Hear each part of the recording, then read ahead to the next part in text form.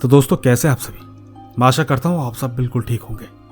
दोस्तों, कहानियाँ भेजने के लिए मुझे मेरे इंस्टाग्राम चैनल पर मैसेज कीजिए। मेरी आईडी है महेश आर्या यूट्यूबर। बाकी ऐसी बहुत सी कहानियाँ आपको मेरे चैनल पर मिलती रहेंगी। बस अगर आप पहली बार मेरी आवाज़ सुन रहे हैं और पहली बार ही मेरे चैनल पर आए हैं तो चैनल को लाइक और सब्सक्राइब ज़रूर कीजिएगा। अब सीधा मैं ले चलता हूँ आपको हमारी आज की कहानी की ओर। आइए सुनते हैं।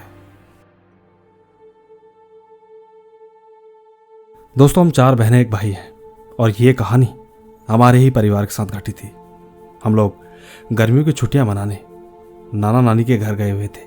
पूरा दिन हम लोगों ने साथ में एंजॉय किया और शाम को ठीक 5 बजे मामा ने कहा कि यहाँ थोड़ी ही दूरी पर माता जी का मंदिर है, वहाँ दर्शन करके आते हैं।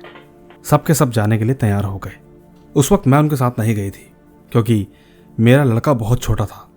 इसके लिए नानी ने कहा कि तू मत जा, घर पर ही रह। मेरे साथ घर पर नानी भी रुकी हुई थी। पर खैर, बच्चे को सुलाने के बाद मैं नानी के साथ काम में हाथ बटाने लगी।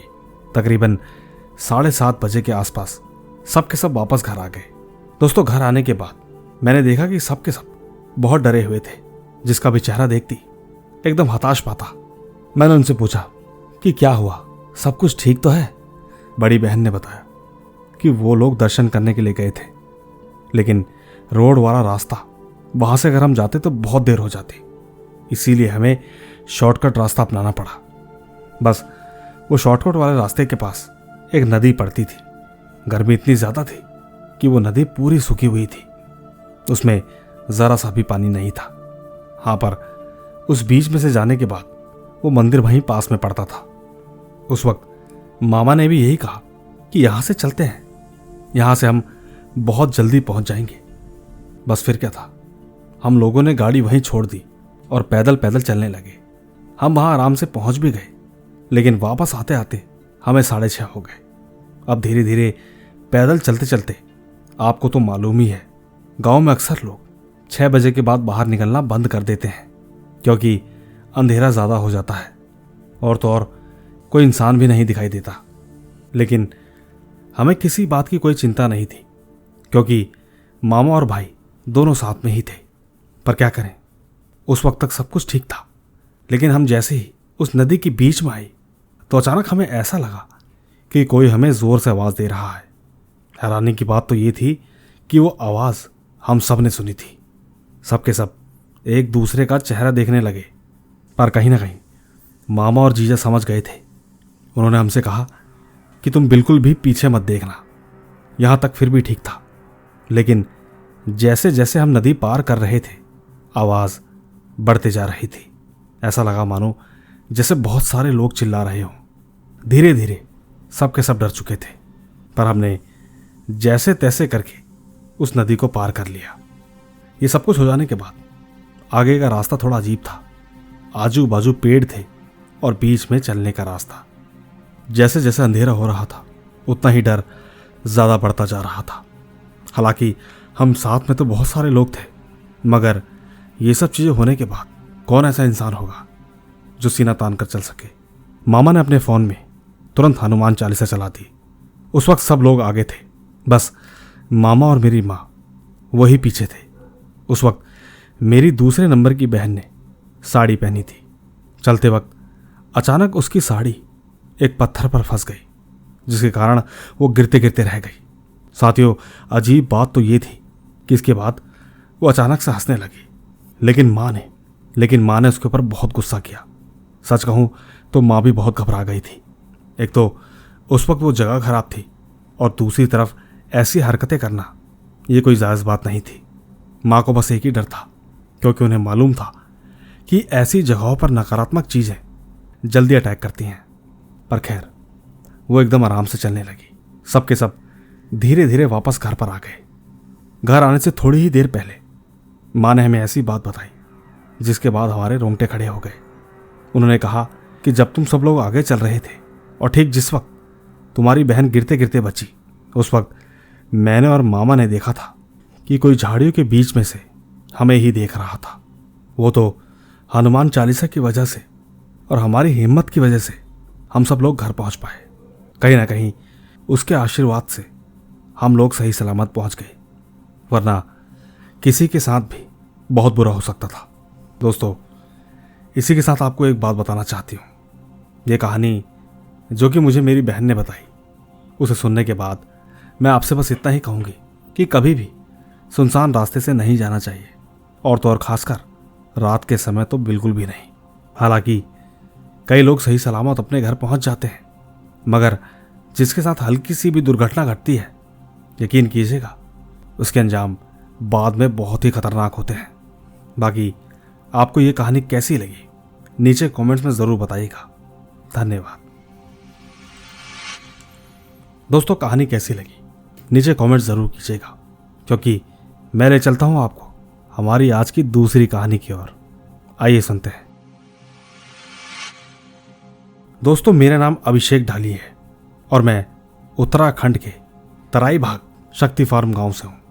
ये घटना उस समय की है जब मैं अपने घर के किसी काम के सिलसिले से रुद्रपुर रहता था, और ये घटना रुद्रपुर के एक किराए के कमरे की है। उन दिनों ठंड बहुत थी। 2022 का समय था। उस समय मैं अपनी शाम की शिफ्ट खत्म करके रात के करीब 12:30 बजे अपने रूम पर आया। रास्ते में थोड़ी ही दूरी पर दुर्गा माता का जागरण हो रहा था। मैं चुपचाप अपने रूम में आया और कपड़े चेंज करके सो गया। रात के करीब 3 बजे अचानक मुझे कुछ जलने की बदबू आई। जब मैंने सूंघकर महसूस किया तो पाया कि वो कोई मांस के जलने की बदबू थी। मैंने जब धीरे धीरे अपनी आंखें खोली और चीज़ों को समझने की कोशिश की तो पाया कि कोने पर खड़ी कोई अजीब सी परछाई मेरी तरफ घूर रही थी। उस वक्त मुझे अजीब भी लग रहा था, क्योंकि मैं लेटा हुआ ही था। अचानक महसूस ऐसा हुआ कि जैसे मेरी छाती पर कोई बैठा हो। मैं जरा सा भी हिल नहीं पाया। मन में चिल्लाने का था, लेकिन वो भी नहीं कर पाया। सच कहूँ तो ये मेरे साथ स्लीप पैरालिसिस हुआ था। ज़्यादा कुछ नहीं मालूम, लेकिन जब मैं ठीक हुआ तो मेरी सांसें बहुत ज़्यादा फूली हुई थी। उस वक्त मैं पसीने से भीगा हुआ था, पर मुझे अब तक का सारा किस्सा याद था। मैं अपनी सीट पर उठकर बैठा और जैसे ही मैंने दरवाजे की तरफ देखा तो यकीन मानो मुझे अपनी आंखों पर विश्वास ही नहीं हुआ। यकीन मानिए, सच में मुझे वो परछाई दिख रही थी, जो कि शायद किसी आदमी की थी। पर हाँ, वो मुझे बस 4 या 5 सेकंड के लिए ही दिखी। जब मैंने आंखें मसल कर देखा तो वो वहाँ से गायब हो चुकी थी। सच कहूँ तो मुझे बिल्कुल समझ में नहीं आया कि आखिर ये मेरे साथ कैसा अनुभव था। एक तो बाहर माता रानी का जागरण चल रहा था, और दूसरी तरफ एक पॉजिटिव एनर्जी के साथ साथ भी मेरे साथ ऐसा हो रहा था। नहीं मालूम मेरे से ऐसी क्या गलती हो गई, जबकि भजन की आवाज़ मुझे साफ साफ सुनाई दे रही थी। मैं ये बात आप पर डाल रहा हूँ, आप ही बताइए आखिर मेरे साथ ऐसा क्या हुआ था। धन्यवाद। तो दोस्तों, ये थी अभिषेक की कहानी। आखिरकार इनके साथ जो कुछ भी हुआ, अगर आप में से कोई इनके सवालों का जवाब दे सकता है तो नीचे कमेंट्स में बता सकता है। बाकी मैं ले चलता हूँ आपको अगली कहानी की ओर। आइए सुनते हैं। दोस्तों, मेरा नाम चंदन शेट्टी है और ये घटना मेरे दोस्त की है, जो कि मुंबई में रहता है। आपको बता दूं कि वो जिस जगह पर रहता था, वो जगह आउटसाइड होने की वजह से वहाँ पर लिफ्ट मिलना थोड़ा मुश्किल हो जाता था। साथ के साथ आपको ये भी बता दूं कि कहानी बहुत ही इंटरेस्टिंग है, इसे पूरा ज़रूर सुनिएगा। खैर, काम पर से लेट होने के बाद मेरे दोस्त ने चलकर जाने की सोची। उस वक्त लिफ्ट की तो बहुत कमी थी। उसने सोचा कि धीरे धीरे इसी रास्ते से पैदल चलता हूँ, अगर कोई सवारी वाला मिला तो ज़रूर बैठ जाऊँगा। दोस्तों, मेरे दोस्त का फैसला भी ठीक था। वो धीरे धीरे अपने रास्ते की ओर बढ़ता रहा। कुछ ही मिनटों बाद उसके बगल में एक बाइक आकर रुकी। उस बाइक पर 2 लड़के बैठे थे। पूछने पर मालूम चला कि वो लोग भी मेरी ही सिटी की साइड जा रहे थे। उन्होंने मुझसे कहा कि चलो आगे तक लिफ्ट देते हैं। दोस्तों, देखने में वो एकदम ठीक लग रहे थे। मैंने उनकी बात पर विश्वास किया और ठीक उनके पीछे बैठ गया। वो दोनों धीरे धीरे मुझसे बातचीत करने लगे, और सबसे बड़ी बात तो ये थी कि वो मुझे मेरी ही एज के लग रहे थे। मैं भी ठीक धीरे धीरे उनके साथ खुल के बात करने लगा। बातों ही बातों में उन्होंने मुझसे पूछा कि तू इतनी रात को किधर गया था। मैंने उनसे कहा कि मैं यहाँ पर एक ढाबे में काम करता हूँ। आज रात थोड़ा लेट हो गया, इसीलिए बस पैदल जा रहा था। मेरी बात सुनने के बाद उन्होंने मुझसे कहा कि इतनी रात को अकेला जाता है, अपने लिए एक बाइक क्यों नहीं ले लेता। मैंने तुरंत कहा, हाँ भाई, सोच तो रहा हूँ। बाइक चलाने वाले ने मुझसे कहा कि बाइक तो ले, लेकिन हमारे जैसी गलती बिल्कुल मत करना। दोस्तों, ये बात मुझे बिल्कुल समझ में नहीं आई। मैंने बस हाँ में ही गर्दन हिला दी। उसी बीच बात करते करते मेरी सिटी भी आ गई थी। मैं बाइक रोकने के लिए कहने ही वाला था कि उतने में ही हमारे बीच में जो बंदा बैठा था उसने मुझसे कहा कि सुन, तू इसी एरिया में रहता है ना, आखिरकार अब तू लेट हो ही गया है, तो क्यों ना हम तुझे तेरे घर तक ही छोड़ देते हैं। दोस्तों, पूरे रास्ते में पहली बार मुझे डर लगा कि आखिर जब मैंने इन्हें कुछ बताया ही नहीं तो इन्हें मेरे घर के बारे में कैसे पता। एक बार को तो मैं बहुत ज़्यादा डर गया। इसी कारण मैंने उन्हें कुछ भी नहीं कहा। मैं बस अपने घर जाना चाहता था। मैं चुपचाप बाइक में बैठा रहा। ठीक मेरे घर के एरिया के एंट्रेंस पे एक शिव मंदिर है, वहाँ से थोड़ा ही पीछे उन्होंने बाइक को रोका। कहने लगे कि यहाँ से चले जाओगे ना। मैं हाँ बोलकर चलने लगा। मन में एक अजीब सा डर था, लेकिन कहीं ना कहीं अच्छा भी लग रहा था। समझ में नहीं आया कि ये अच्छे हैं या बुरे। मैं ठीक 1 या 2 कदम चला, पर उसके बाद मैंने सोचा कि इतनी दूर से यहाँ तक लाए हैं तो कम से कम इन्हें थैंक्स बोल देता हूँ। मैं ठीक जैसे ही पीछे मुड़ा तो पाया कि पीछे कोई भी नहीं था। दोस्तों, वो पल मेरे लिए बहुत डरावना था। मैंने उस वक्त आओ देखा ना था।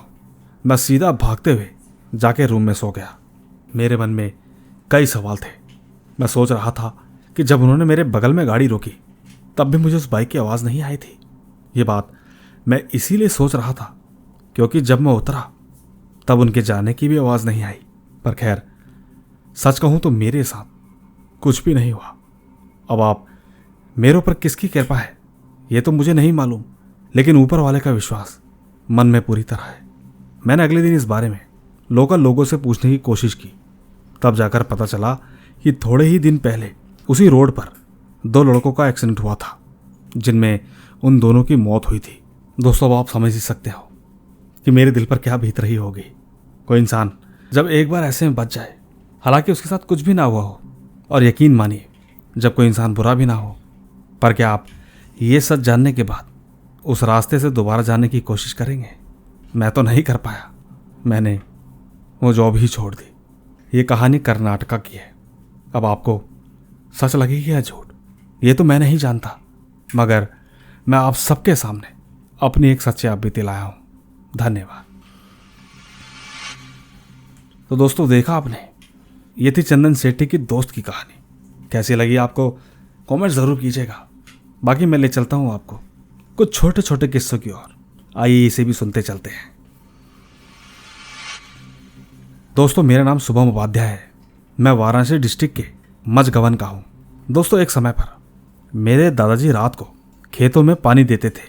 उस दिन ठंड ज़्यादा होने के कारण वो आग लगाकर बैठे थे। उसी बीच एक औरत उनके पास आई, कहने लगी कि आपकी मालिश कर दूं। ये सुनने के बाद दादाजी समझ गए कि वो कौन है। दादाजी ने कहा, रुको, एक बार मैं ज़रा पानी देख लूँ, उसके बाद तुम्हारे पास आता हूँ। दादाजी जब वहाँ से उठ के पानी देने के लिए निकले तो उन्होंने अचानक एक ईंट आग में रख दी। दोस्तों, दादाजी जब वापस आए तो उन्होंने उसी ईंट को बगल में रख के कहा कि आओ, इस पर बैठो और आराम से मेरी पीठ की मालिश कर दो। दोस्तों, वो जैसे ही उसके ऊपर बैठी तो अचानक से जल उठी। कहने लगी कि आज तो तू बच गया, लेकिन कभी और मिला तो तू नहीं बचेगा। दादाजी ने बड़ी हिम्मत दिखाई। वो उस वक्त वहाँ से भागकर घर तो आ गए, लेकिन तकरीबन 1 हफ्ते तक बीमार रहे। वो तो गांव में पंडित जी वगैरह बहुत होते हैं, इसीलिए वो ठीक हो पाए। बाकी इतनी ही थी मेरी स्टोरी। धन्यवाद। दोस्तों, ये था शुभम उपाध्याय का छोटा सा किस्सा, लेकिन बड़ा ही इंटरेस्टिंग था। आइए एक किस्सा और सुनते हैं। दोस्तों, मेरा नाम लक्ष्मी सिंह है। हम बलिया जिले के रहने वाले हैं। मेरे साथ एक सच्ची घटना हुई है। 1 साल पहले की बात है। एक दिन मैं रात में आंगन में सोई हुई थी। मुझे अचानक ऐसा लगा कि कोई मेरे पीछे है, लेकिन जब मैंने उठकर देखा तो मुझे कुछ दिखाई नहीं दिया। मैं चुपचाप दोबारा सो गई। अचानक कुछ देर बाद मुझे ऐसा लगा कि जैसे मेरे शरीर ने काम करना बंद कर दिया हो। मुझे सांस लेने में दिक्कत होने लगी। अचानक रात को जब मेरी आंखें खुली तो मैंने पाया कि मेरे सीने पर एक काली औरत बैठी हुई थी। उसकी आंखें एकदम सफ़ेद थी। मैंने अचानक बहुत तेज़ी से चिल्लाया तो ठीक मेरी सासू माँ भी उठ गई। कहने लगी कि क्या हो गया। मैंने उनको पूरी बात बताई। मैंने उनसे कहा कि अभी अभी मेरे सीने पर कोई बैठा था, अचानक कहीं गायब हो गया। सासू माँ ने मुझे एक चाकू ला कर दिया और कहा कि तकिए के नीचे रख लो। इसके बाद जैसे ही सुबह हुई तो मेरी बुआ ने मुझे बताया कि वो एक चुड़ैल थी जो कि तुम्हें परेशान कर रही थी। बाकी मेरे मन में डर इतना बैठ गया कि वैसे तो मैं बिल्कुल ठीक हूँ, पर पंडित को दिखाने के बाद मुझे एक ताबीज़ बनाकर पहनना है। धन्यवाद। दोस्तों, आज के लिए इतना ही। चाहो तो मैं आपको और भी कहानियाँ सुना सकता हूँ, लेकिन नहीं, आने वाले दिनों के लिए मुझे कुछ कहानियाँ बचा कर रखनी है, जिसके लिए हमारे पास अभी टाइम है। बाकी आप यूं ही प्यार बनाए रखें। मैं तो मिलता ही रहूँगा आपको इसी तरह की रोमांच भरी रहस्यमयी कहानियों किस्से के साथ। बस तब तक आप अपना और अपने परिवार का ख्याल रखें। चलता हूँ। Bye bye.